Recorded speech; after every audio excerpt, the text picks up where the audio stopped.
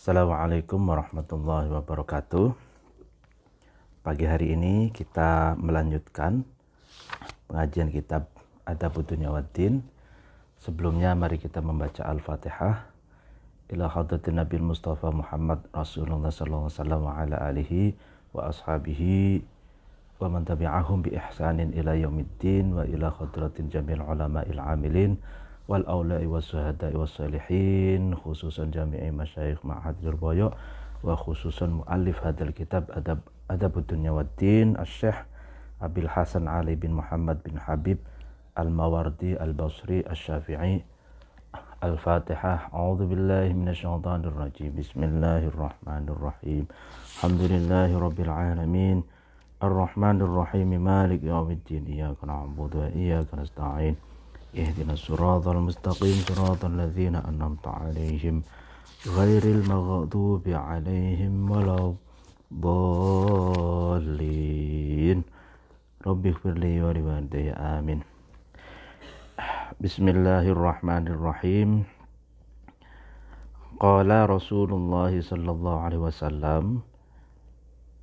Rasulullah sallallahu alaihi wasallam berkata, al-haya'u wal-'ayyu syu'batani minal imani. Malu dan tenang adalah dua cabang dari keimanan. Wal bada'u wal bayanu syu'batani minan nifaqi. Sedangkan buruknya ucapan dan memperlebar omongan, memperlebar ucapan, keduanya adalah cabang dari kemunafikan.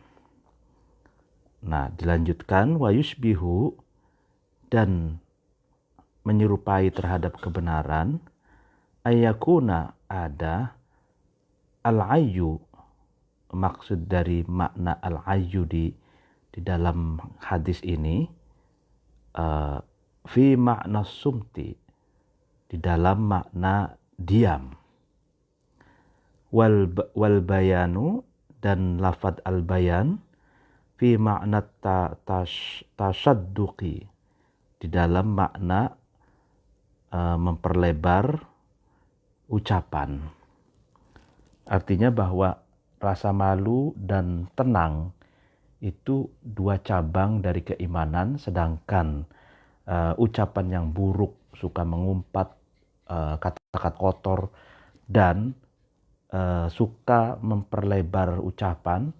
Artinya memperlebar ucapan itu mendapatkan informasi, misalkan informasi itu 20%, lalu kemudian dia tambah-tambahin gitu. Artinya suka menambah-nambahin menjadi misalkan 200%, 300%. Nah, ini ucapan yang buruk dan suka menambah-nambahin informasi yang sebenarnya di dalamnya itu adalah hoak atau bahkan mengandung fitnah dan adu domba misalkan. Nah, itu adalah kedua cabang dari kemunafikan. Artinya kan biasanya orang saking enaknya ngobrol gitu ya, agar obrolannya didengar oleh orang lain, dia mendramatisir kejadian dengan dibumbu-bumbui ucapan yang sebenarnya itu tidak realistis gitu, tidak sesuai dengan kejadiannya gitu. Nah, itu yang dimaksud dengan al-bayan di sini, yaitu bimakna at-tasyadduq, memperlebar ucapan, menambahi mestinya 2 menjadi 5 gitu. Kama jaa, sebagaimana datang fil hadisi, di dalam hadis al-akhari yang lain. Apa yang dikatakan dalam hadis yang lain itu, inna abghadakum, sesungguhnya lebih orang yang lebih marah kamu sekalian ilayya, kepadaku. Artinya orang yang paling aku marah gitu kepadanya gitu. Siapakah orang itu? Athar taruna, ya kan, taruna, orang yang banyak ngomongnya, orang yang banyak ngomongnya. Al-mutafaihiquna, orang yang memperpanjang omongannya, orang yang memperpanjang ucapannya. Al-mutasyaddiquna, dan orang yang memperlebar ucapannya. Nah, ini jadi orang yang menurut Nabi tidak bagus atau lebih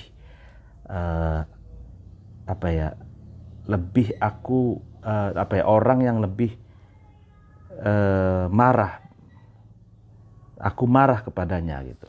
Aku benci kepadanya adalah orang yang memperbanyak ucapannya, memperpanjang ucapannya, dan memperlebar ucapannya.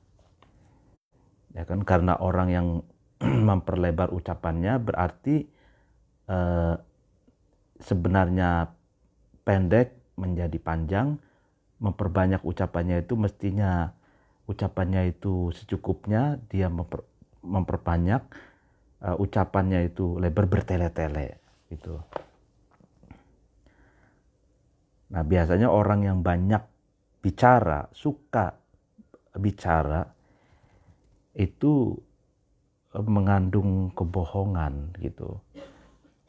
Saking enaknya ngomong, agar orang lain itu menyimaknya, orang lain itu mendengarkannya, sehingga dia memperbanyak ucapannya, memperlebar ucapannya, dan memperpanjang ucapannya. Padahal boleh jadi di dalamnya itu mengandung kebohongan, mengandung fitnah, atau mengandung sesuatu yang tidak realistis, tidak sesuai dengan kenyataan yang sedang dibicarakan atau yang sedang diceritakan gitu. Sebaliknya, perkataan yang paling baik itu, khairul kalam itu maqalla wa dalla. Dalam hadis, perkataan yang paling baik itu adalah perkataan yang simple, pendek, tapi memahamkan dan mengandung sesuatu yang berharga dan tidak mengandung hoak, tidak mengandung sesuatu yang berupa fitnah dan hal-hal yang negatif yang lainnya. Makanya hadis-hadis Nabi itu maqalla wa dalla. Jadi simple, pendek, tapi mengandung arti dan makna yang luas dan dalam. Sebagaimana juga Al-Quran itu maqalla wa dalla. Jadi ucapan yang simple, pendek, tapi mengandung makna dan pengertian yang luas dan dalam, sehingga bisa memproduksi, para ulama memproduksi tafsir ratusan jilid untuk menafsiri ucapan Al-Quran yang pendek, simple, tapi mengandung makna yang sangat luas dan multi penafsiran, multi arti. Nah, kalau al-athar tarun al-mutafaihiqun ini, orang yang banyak ngomongnya, orang yang panjang ngomongnya, memperpanjang omongannya, memperlebar omongannya, biasanya kadang juga tong kosong nyaring bunyinya gitu. Jadi kadang intinya sedikit gitu, tapi ucapannya panjang. Nah gitu. Nah, inilah orang yang Nabi sendiri tidak suka gitu dengan orang yang banyak omongannya gitu. Makanya yang baik itu omongan tuh inti-intinya saja apa itu.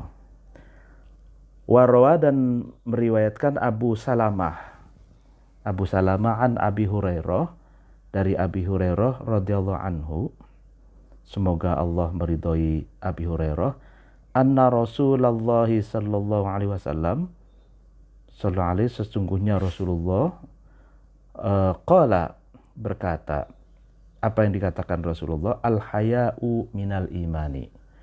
Al-haya'u, rasa malu, minal imani, itu bagian dari keimanan seseorang. Wal imanu, sedangkan iman, fil jannati, ada di dalam sorga. Artinya orang yang malu itu, artinya malu melakukan kerusakan, malu melakukan kemaksiatan, malu melakukan tindakan-tindakan yang mafsadat, malu merugikan orang lain, malu membuat madorot orang lain, malu mengucapkan kata-kata kotor, umpatan, dan fitnah. Itu adalah bagian dari komitmen iman seseorang. Sedangkan komitmen iman seseorang itu jaminannya adalah sorga. Wal bada'u, sedangkan ucapan yang buruk, minal jafai, itu bagian dari orang yang keras kepala. Wal jafa'u, dan sedangkan orang yang keras kepala, finnari, di dalam neraka. Jadi orang yang sarkas gitu ya, orang yang keras kepala, ya kan? Artinya orang yang keras kepala tentunya orang yang tidak punya malu gitu. Dia mengatakan apa saja dia ya kan, semaunya dia. Nah, maka orang itu akan diancam masuk neraka. Waqala, dan berkata ba'dul hukama'i, sebagian bijak bestari, apa yang dikatakan, man, barang siapa kasahu, memakai, ya kan, memakaihu terhadap seseorang itu, al-haya'u, malu, thawbahu, terhadap pakaiannya al-haya, lam yaro, maka tidak melihat annasu, manusia, aibahu, terhadap aib seseorang itu. Artinya barang siapa yang memakai baju al-haya, baju rasa malu, maka manusia yang lain tidak akan bisa melihat aib dan celahnya orang tersebut. Gitu. Waqala, dan berkata ba'dul bulaghai, sebagian ahli balaghah, apa yang dikatakan, hayatul wajhi, ya, hidupnya muka seseorang, bihayaihi, itu dengan rasa malunya al-wajhu. Jadi muka seseorang itu bisa hidup, ya kan, itu dengan rasa malunya itu. Kama anna hayatal arsy ghorsi, kama anna hayatal ghorsi, sebagaimana sesungguhnya hidupnya tanaman, bimaihi, itu dengan airnya tanaman atau airnya al-ghors. Jadi tanaman itu hidup itu karena ada air, diairi gitu. Sebagaimana muka kita ini hidup itu karena dengan adanya rasa malu gitu. Kalau orang yang tidak punya rasa malu itu malu-maluin. Kalau malu-maluin berarti kan sama saja dengan orang yang hilang mukanya. Jadi muka ini representasi dari manusia. Ada istilahnya mencoreng muka, itu kan. Mencoreng muka orang tua. Itu berarti mempermalukan orang tua. Ya kan? Atau hilang muka kita, kata-kata hilang muka kita. Berarti kan kita betul-betul dipermalukan. Ya kan? Nah, makanya di sini hayatul wajhi itu bihayaihi. Kita punya muka gitu ya. Kita punya muka ya kan, hidup ya kan, itu tandanya hidup karena kita tidak kehilangan muka. Atau orang yang malu-maluin itu juga diistilahkan dengan muka tembok ya kan, muka tebal. Nah ya itu kan, jadi muka ini benar-benar merepresentasikan manusia, sehingga di sini dikatakan hayatul wajhi itu bihayaihi, hidupnya muka seseorang itu dengan rasa malunya. Orang malu itu adalah orang yang memiliki muka, artinya tidak malu-maluin atau tidak mencoreng muka orang lain, tidak mencoreng muka keluarga, orang tua, atau mencoreng muka sendiri. Nah iya, sebagaimana tanaman, hidupnya tanaman itu dengan adanya air, kita sirami pagi, sore, sehingga tanaman itu hidup gitu. Waqala, dan berkata ba'dul bulaghai, sebagian ahli balagha, al-ulama'i, yang ulama, apa yang dikatakan ya ajaban, katanya aneh gitu, takjub, kaifa, bagaimana, la tastahyi, kamu tidak malu, min kathrotima, dari banyaknya sesuatu, la tastahyi, yang kamu tidak malu, wa tattaqi, dan kamu takut, min tulima, dari panjangnya sesuatu, la tattaqi, yang kamu sendiri tidak takut. Nah, jadi aneh katanya gitu bagi orang yang tidak memiliki rasa malu itu sungguh aneh gitu. Karena malu itu sebenarnya rem, ibarat kendaraan itu, malu itu rem gitu.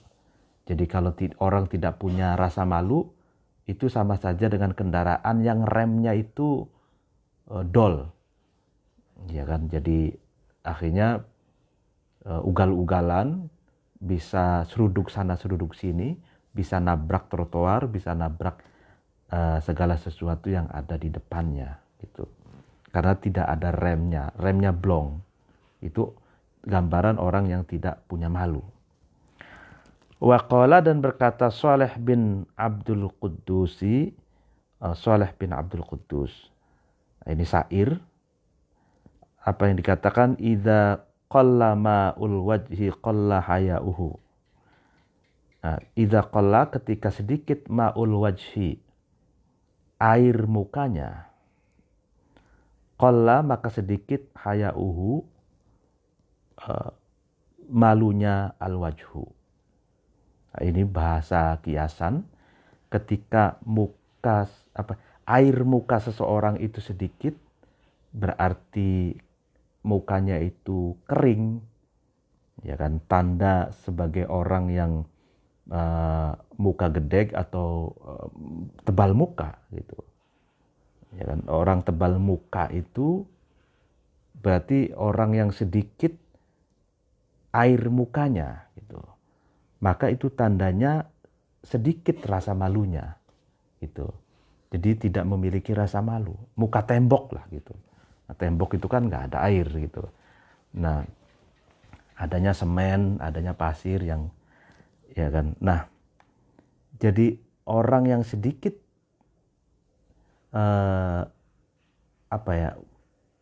sedikit memiliki air muka, ya kan, mukanya itu kering, ibaratnya muka tembok, ya maka dia sedikit memiliki rasa malu. Wala khaira fi wajhin idza qalla ma'uhu.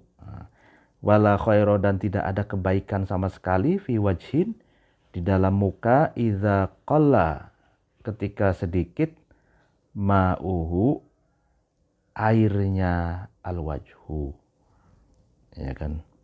Jadi ketika air muka seseorang itu sedikit, ya kan, maka tidak ada kebaikan sama sekali. Itu. Jadi bagi orang yang muka tembok, orang rai gedek, ya bahasa kasarnya ya rai gedek, atau orang yang tidak punya rasa malu, itu ya tidak ada kebaikan sama sekali. Itu. Haya'uka haya'aka fahfadhu alaika wa innama. Haya'aka ay fahfadhu, jagalah kamu haya'aka terhadap rasa malumu. Fahfadhu artinya jagalah kamu hu terhadap haya'aka alaika atas kamu. Sehingga rasa malumu itu harus kamu jaga, harus kamu pelihara, agar tetap terpatri, menempel di dalam diri kamu sebagai karakter. Itu. Wa innama yadullu, dan menunjukkan ala fi'lil karimi, atas perbuatan orang yang mulia, haya'uhu, rasa malunya al-karim. Jadi rasa malunya al-karim, rasa malu itu menunjukkan bahwa orang itu mulia. Jadi pekerjaan orang yang mulia, perbuatan orang yang mulia itu ditunjukkan oleh rasa malunya. Gitu. Walaisa, dan tidaklah liman bagi seseorang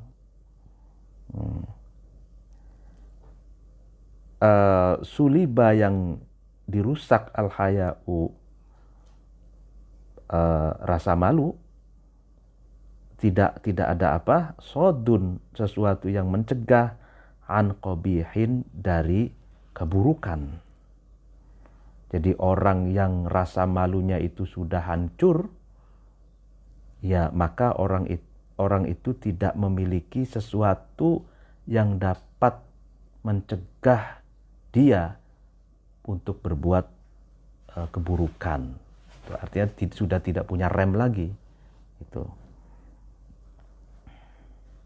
Wala zajirun, dan tidak ada sesuatu yang mencegah, an mahdurin, dari sesuatu yang dilarang atau dari sesuatu yang diharamkan. Jadi orang yang rasa malunya itu sudah rusak atau bahkan sudah hilang, maka dia tidak ada lagi sesuatu yang dapat mencegah dari perbuatan yang diharamkan, dari sesuatu yang dilarang. Gitu. Artinya orang yang tidak punya rasa malu, orang yang rasa malunya hancur, dia tidak punya rem lagi. Gitu. Artinya dia melakukan sesuatu yang buruk, melakukan sesuatu yang dilarang bebas. Gitu. Dia blong, gitu, seperti rem yang blong itu. Fahuwa, maka seseorang itu yuqaddimu, nah, itu mendatangi, seorang itu alama, atas sesuatu yasha'u, yang seseorang itu kehendaki. Jadi orang yang tidak punya rasa malu itu, dia akan melakukan apa saja yang dia kehendaki. Itu. Baik halal, haram, mafsadat, madorot, maslahat, semuanya dia akan lakukan. Wayati, dan seseorang itu mendatangi ma terhadap sesuatu yahwa, yang seseorang itu sukai. Ya, jadi orang yang tidak punya rasa malu pun akan melakukan apa saja yang dia inginkan, apa saja yang dia sukai. Itu baik halal maupun haram, baik sesuatu yang mafsadat, sesuatu yang mudorot bagi orang lain. Apapun yang dia sukai, dia akan lakukan. Itulah tanda ciri dan bahayanya orang yang tidak punya rasa malu. Wa bidzalika dan dengan yuqaddimu ala ma yasha itu jaa datang al khabaru, kabar. Rawa atau penjelasan. Rawa meriwayatkan Sya'bah an Mansur bin Rib'i, dari Mansur bin Rib'i, an Abi Mansur al-Badri, dari Abi Mansur al-Badri.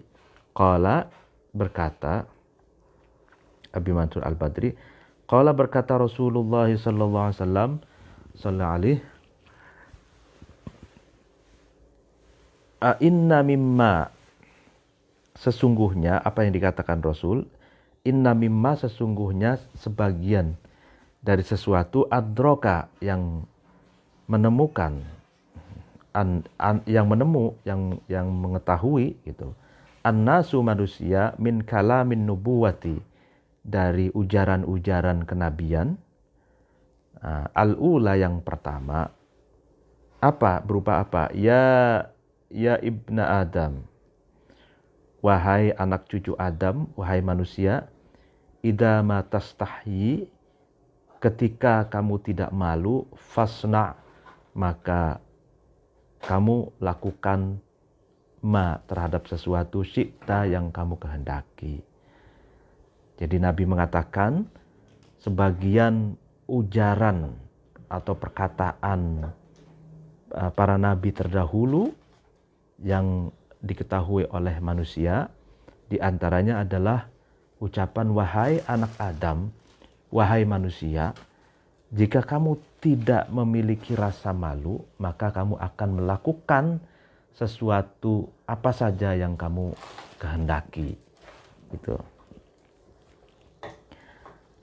Walaysa, dan tidak ada, hadal qauli, inilah ucapan, ighra'an, mendorong, bifi'lil ma'asi, untuk melakukan kemaksiatan, inda qillatil haya'i, ketika sedikitnya rasa malu. Kama tuhimahu, sebagaimana salah sangka atau salah paham terhadap ucapan itu, ba'duman, sebagian seseorang, jahila, yang bodoh atau yang tidak mengerti, seseorang itu ma'aniyal kalami, terhadap makna-makna ucapan, wa mawadi'atil khitobi, dan terhadap tempat-tempat ucapan itu diletakkan dan dialamatkan ke siapa gitu. Jadi bukan berarti perkataan ini menganjurkan seseorang yang sedikit rasa malunya untuk berbuat maksiat, bukan. Nah, ini salah paham, salah memaknai sebagian orang yang tidak mengerti sebenarnya maksud dari perkataan itu. Jadi perkataannya ibna Adam, idza lam tastahi fasna ma syi'ta, ini artinya menggambarkan realitas gitu loh. Seseorang yang tidak punya malu itu, maka dia akan melakukan apa saja tanpa kontrol, tanpa filter, tanpa ada rem gitu. Apa yang dia inginkan dia lakukan. Nah, menggambarkan realitas, bukan menghancurkan orang yang sedikit rasa malunya itu untuk bermaksiat. Itu bukan, itu salah paham. Sebagian orang yang memahami makna tersebut, sebenarnya mereka tidak mengerti gitu. Wa mithla hadal khabari, seperti penjelasan ini, qaulus syairi, ya, perkataannya penyair, apa yang dikatakan, idza lam takhsha aqibatal layali wa lam tastahyi fasna' ma tasha'u. Idza lam takhsha, ketika kamu tidak takut, aqibatal layali, terhadap akibat-akibat malam hari. Walam tastahyi, dan kamu tidak malu. Fasna, maka kamu melakukan sesuatu tasya'u yang kamu inginkan, yang kamu kehendaki. Ini sama dengan hadis Nabi tadi. Syair ini sama dengan hadis Nabi tadi. Jadi orang yang tidak punya rasa malu ya akan mengerjakan apa saja yang dia inginkan. Fala, maka tidak, wallahi demi Allah, ya kan, ma fil aishi, tidak ada di dalam kehidupan khairun, kebaikan, walad dunya, dan tidak ada di dalam dunia. Kebaikan itu maksudnya idza dhahaba, ketika hilang al haya'u, rasa malu, ya kan.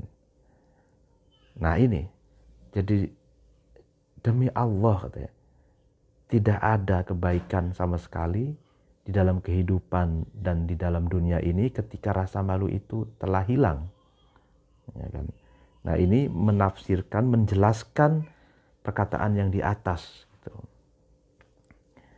Jadi kalau rasa malu itu sudah hilang, ya kan, manusia itu tidak jauh beda atau bahkan sama atau bahkan lebih kejam dari binatang gitu.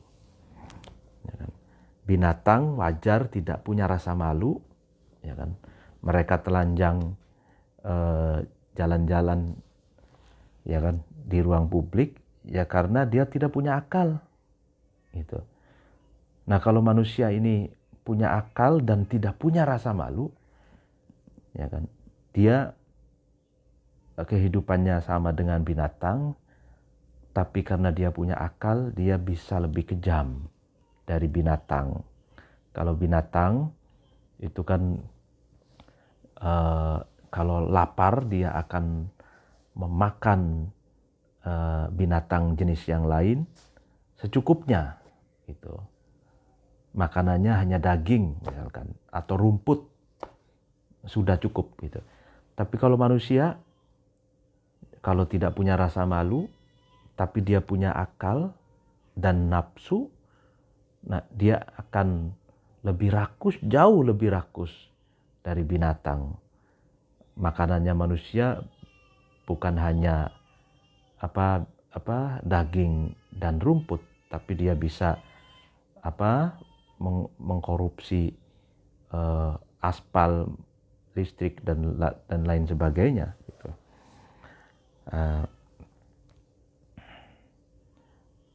Mengambil hak orang lain misalkan. Ya'ishul mar'u mastahya bi khairin, ya kan. Hidup almar'u, ya'ishu, hidup, almar'u, seseorang, mastahya, ketika seseorang itu malu, ya kan, hidup bi khairin, dengan kebaikan. Wa yabqa, dan tetap al-audu, kembali, ma baqiya, selagi ada, al-haya, al-liha'u, jenggot. Ya, artinya orang yang hidupnya tetap menjaga rasa malu, maka dia hidup dalam kebaikan. Nah ini kan kalau ada orang yang tidak punya rasa malu, dia korupsi pun dia tetap pede dan tidak ada rasa malu di depan TV, tidak ada rasa malu di depan orang banyak gitu. Nah ini ya'ishul mar'u mastahya bi khairin. Ini penting sekali. Jadi kehidupan seseorang itu akan baik-baik saja ketika seseorang itu menjaga dan merawat rasa malu. Rasa malu terpatri di dalam dirinya. Wa ikhtalafa, dan terjadi perbedaan pendapat ahlul ilmi, ahli ilmu atau cendekiawan, fi makna hadal khabari, di dalam makna inilah khobar atau informasi. Faqala, kemudian berkata Abu Bakar bin Muhammad Asy-Syashi. Jadi Abu Bakar Muhammad bin Asy-Syashi ini maksudnya Abu Bakar Al-Qaffal Asy-Syashi. Imam Qaffal ini salah satu fuqaha besar yang bermadhab Syafi'i, hidup pada tahun 300 meninggal pada tahun 366 ya. Fi usulil fiqhi, di dalam kitab usul fikih. Apa yang dikatakan Abu Bakar Al-Qaffal ini, makna hadal hadisi, adapun makna inilah ucapan. Hadis ini maksudnya hadis Nabi di atas itu. Annaman, barang siap sesungguhnya seseorang, lam tastahyi, yang tidak malu, ya kan, seseorang itu tidak malu, da'ahu, itu menarik terhadap atau mengajak terhadap seseorang itu, tarkul hayai, hilangnya rasa malu itu, mengajak terhadap seseorang itu, ila ayya'mala, untuk melakukan ma, terhadap sesuatu, yasha'u, yang dikehendakinya. Jadi maksud menurut Imam Qaffal ini, menurut Abu Bakar bin Muhammad Asy-Syashi, maksud dari makna hadis di atas itu, artinya orang yang tidak punya rasa malu itu akan diajak oleh hilangnya rasa malu itu untuk melakukan sesuatu yang dia kehendaki. Jadi apa saja yang dia kehendaki. La yarda'hu, yang tidak mencegah, ya kan, hu terhadap seseorang itu, anhu, dari sesuatu, dari ma itu yang dia kerjakan, radi'un, sesuatu yang mencegah. Itu. Fayastahyi, maka malulah almar'u, seseorang. Jadi sehingga tidak ada sesuatu yang mencegah orang itu untuk melakukan apa saja yang dia inginkan. Itu tidak ada remnya. Sehingga orang itu justru malu. Ya. Tapi fa innal haya'a, maka sesungguhnya malu itu, yardi'hu, itu menolaknya. Jadi orang yang tidak punya rasa malu melakukan apa saja yang sebenarnya membikin malu dia sendiri, ya kan? Tapi malu itu tetap menolaknya untuk bersama dengan orang itu. Artinya dia seperti hubungan antara dia dengan rasa malu itu seperti tolak bain gitu loh. Orang yang bercerai, yang tidak bisa rujuk lagi, sehingga meskipun dia melakukan sesuatu yang membuat dia malu, tapi dia tetap bermuka tembok, dia tidak punya rasa malu gitu.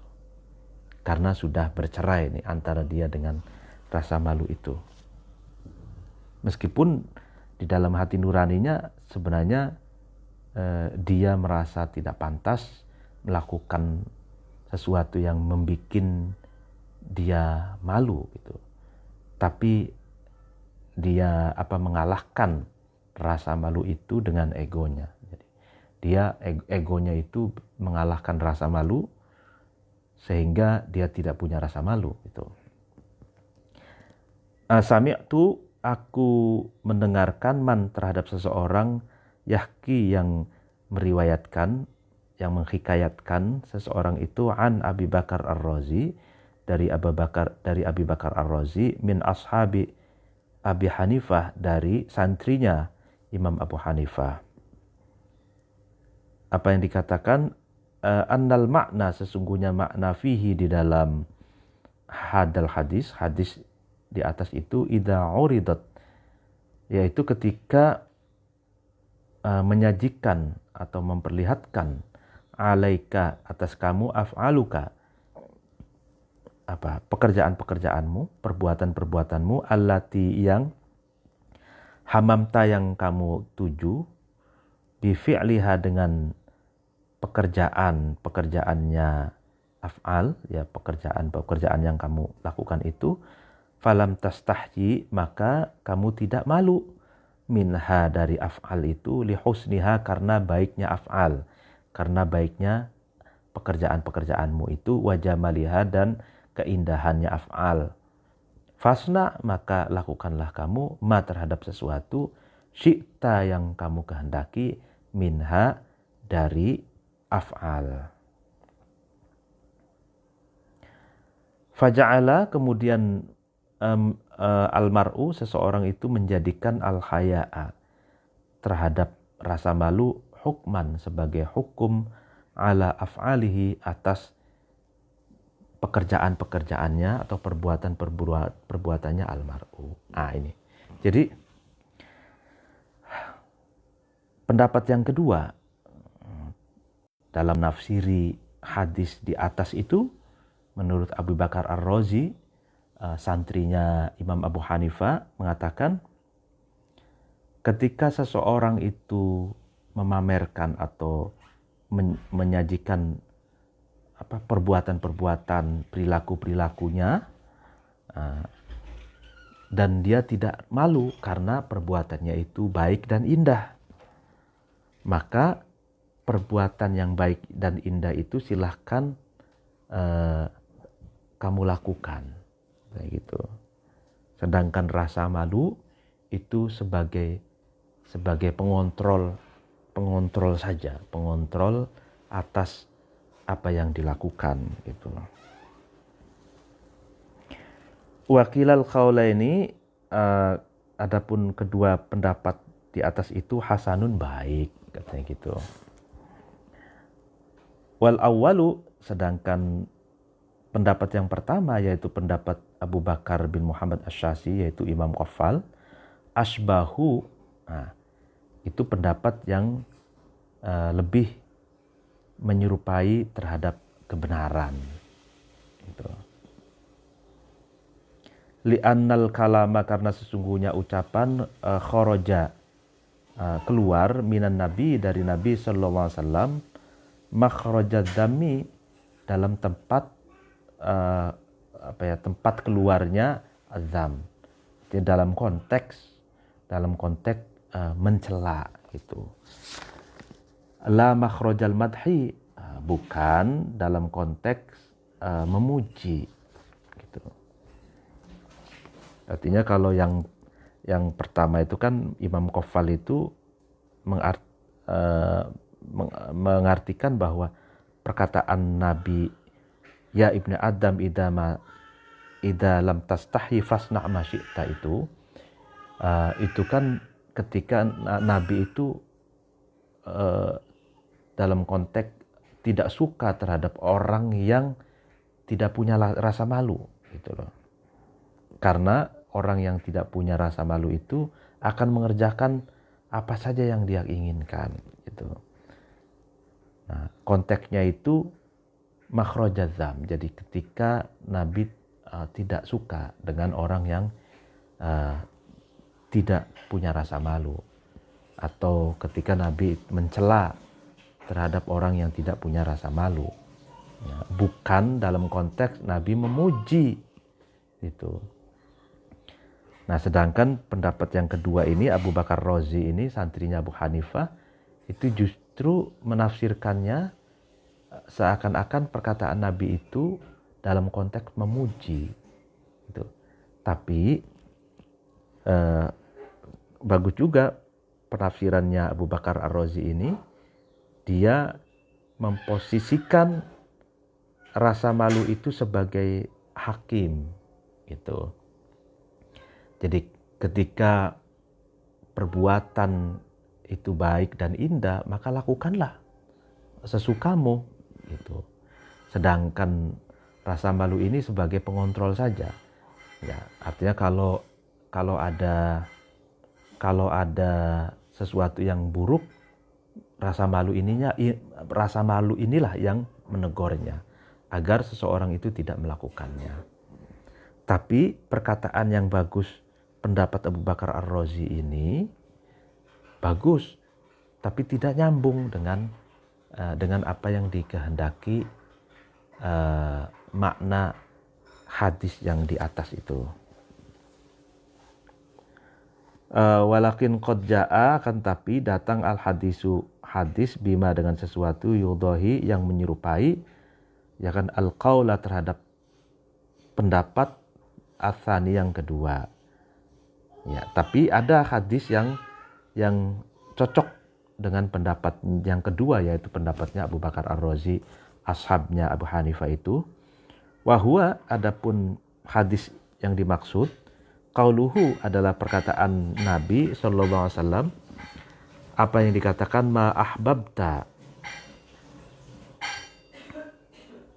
ma sesuatu ahbabta yang kamu cintai, antas ma'ahu yang mendengarkan hu terhadap sesuatu itu, udhunaka kedua telingamu, fa'atihi maka kamu mendatangi atau mendatangi hu terhadap sesuatu itu. Pokoknya jadi ada sesuatu yang didengar, ada sesuatu yang disukai, dicintai oleh kamu, dan kamu mendengarkannya, maka kamu mendatanginya gitu ya. Wama, dan sesuatu karihta yang kamu benci, antas ma'ahu yang mendengarkan hu terhadap sesuatu itu, udhunaka kedua kupingmu, fastanibhu maka kamu menjauhi sesuatu itu. Ya kan, ketika kupingmu itu mendengarkan sesuatu yang kamu sukai, ya maka kamu akan mendatangi sesuatu itu. Ketika kupingmu mendengarkan sesuatu yang kamu benci, maka kamu akan menjauhinya gitu. Wa yajuzu, dan boleh ayyuh mala diarahkan, ya kan, hadal hadisi, inilah hadis, alal makna kepada makna as-sharihi yang jelas, fihi di dalam hadis ini. Wa yakunu, dan ada at-ta'wilu ta'wil, penafsiran, al-awwalu yang awal, fil hadisi di dalam hadis, al-muqaddimi yang terdahulu, as-sahhu itu lebih sahih. Idz laisa, karena tidak ada, lais yalzamu harus, antakuna ada, ahadisu Rasulillah sallallahu alaihi wasallam, hadis-hadisnya Rasulullah, ya kan, kulluha seluruh ahadis, ya kan, muttafiqatal ma'ani yang cocok maknanya. Bal ikhtilafu ma'aniha, bahkan perbedaan makna-makna ahadisur Rasul itu, adkholu itu lebih masuk fil hikmati di dalam hikmah, wa ablahu, dan lebih bagus fil fasohati di dalam fasohah atau kefasihan narasi, idza lam yudadu, ketika tidak berlawanan, ba'duha sebagian hadis, ba'dun terhadap sebagian yang lain. Ini dalam paragraf terakhir ini maksudnya bahwa hadis-hadis Nabi itu secara keseluruhan tidak mengharuskan untuk memiliki kecocokan makna antara hadis dengan penafsiran itu. Bahkan perbedaan penafsiran itu justru mengandung hikmah yang banyak, ya, artinya masuk Pak Eko, adkhal fil hikmah, adkhal, ya kan. Jadi dalam paragraf ini maksudnya bahwa silahkan hadis itu ditafsiri dengan penafsiran yang beragam. Ikhtilaful ma'ani, terjadi perbedaan makna, terjadi perbedaan pendapat dalam menafsiri dan menafsirkan hadis gitu. Tidak harus dan tidak mengharuskan untuk seragam. Artinya menarik pendapatnya Imam Mawardi ini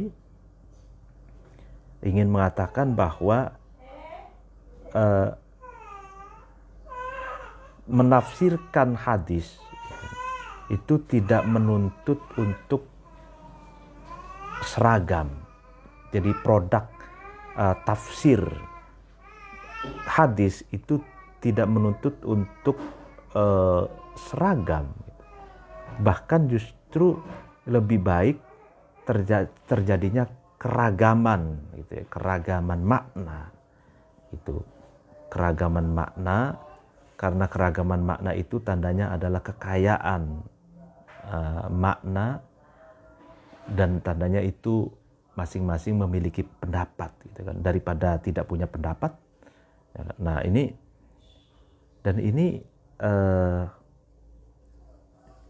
sesuai dengan perkataan ikhtilafu ummati rahmah itu. Jadi perbedaan di antara umatku, perbedaan di antara ulama itu adalah rahmat. Nah, begitupun dalam menafsiri hadis. Perbedaan banyak, justru dengan perbedaan penafsiran itu justru kita memiliki kekayaan pandangan, keragaman pandangan gitu. Demikian pengajian pada hari ini. Mohon maaf apabila ada kekurangan dan kesalahan. Wallahul muwaffiq ila aqwamit thoriq. Wassalamualaikum warahmatullahi wabarakatuh.